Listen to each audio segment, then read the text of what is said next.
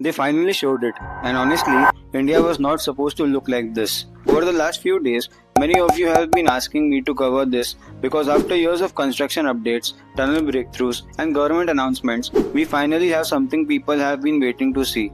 The first real glimpse of India's first bullet train. And before anyone says it's another render, it's not. This is the actual physical train. I've already made video explaining how this project works, why Japan is involved, and all the technical details. Those are linked below. But this video is about one thing. What does India's first bullet train actually looks like? And more importantly, does it live up to the hype? So let's go. Here's why this reveal feels different from every other bullet train updates we have seen. For years, every update was the same. Construction photos, government announcements, tunnel breakthroughs, viaduct pillars standing in the middle of nowhere. Important milestones, sure, but they never made the project feel real. Because no matter how many updates came out, nobody could actually picture the train itself. And that's what changed this week. For the first time, India's first bullet train is not just a project anymore. It has a face. It has a design. It looks like something that will eventually carry passengers at over 300 kilometers per hour across Western India. And when those images hit the internet, people reacted in two very different ways. Some were instantly excited. Others looked at it and thought, okay, that's actually more impressive than I expected. I am probably in the second group, I think. Because when you really look at it, this doesn't look like a prototype built just to prove a point. It looks like a serious high-speed train. The proportions look right, the finish looks refined, and for the very first time, you can actually compare it to the trains that inspired this entire project. But here's what's interesting. The most surprising thing about this reveal is not what the train looks like. It's what the design quality tells us about the standards India is trying to achieve. And once you notice that, the entire project starts to look very different. Okay, so let's actually look at what we are seeing here. The first thing that grabs your attention is the nose. And no, it's not shaped like that just to look futuristic. At speeds of over 300 km per hour, a badly designed nose can create enormous pressure waves, excess noise, and a rough ride.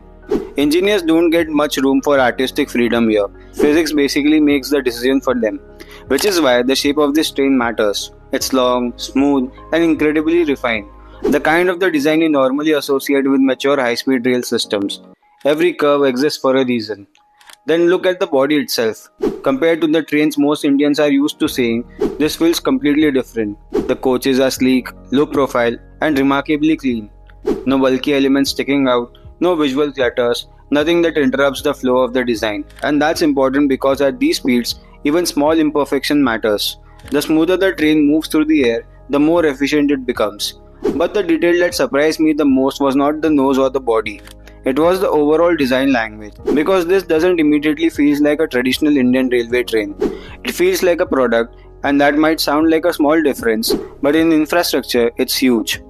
The best transportation systems in the world does not just move people efficiently, they make people want to use them.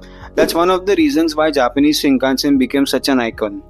Whether you personally like the color scheme or not, the message is clear. This train was not designed just to function, it was designed to represent something.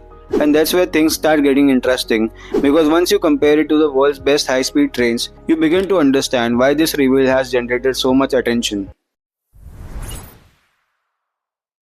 Now here's the question everyone's actually asking. How does this compare to the best high-speed trains in the world? Because let's be honest, the benchmark for modern bullet trains is incredibly high. Japan's E5 Shinkansen is one of the most refined passenger trains ever built. China's CR400 fleet operates across the largest high-speed rail networks on Earth. These are the systems that have spent decades perfecting everything from aerodynamics to passenger comfort. And for a very long time, there was an unspoken assumption whenever India talked about bullet trains, that whatever we build would probably be like a simplified version, something functional, something that looked the part, but not something that could genuinely stand alongside the world's best. That's why this reveal matters, because for the very first time, people can stop imagining and start comparing.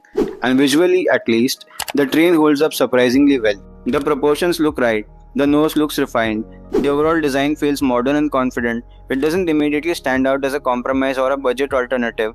Now, does that mean it's already on the same level as Japan's Shinkansen? Not necessarily.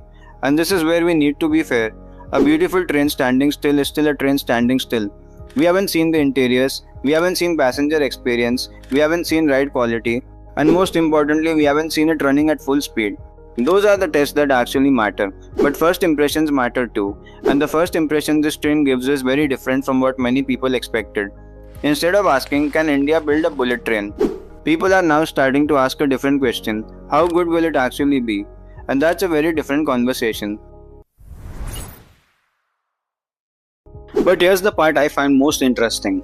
Because this story is not really about the train anymore, it's about what the train represents. For decades, whenever India talked about high speed rail, the conversation usually began with what we don't have. We did not have the technology, we did not have the expertise, we did not have the ecosystem needed to build something like this. That's why projects like the bullet train were often dismissed as something too ambitious, too expensive, or simply too difficult for India to pull off. But whether you are a supporter of this project or a critic of it, one thing has undeniably changed. The project is no longer a concept, it is real. You can see it, photograph it, compare it, criticize it, celebrate it, and that shift matters more than most people realize.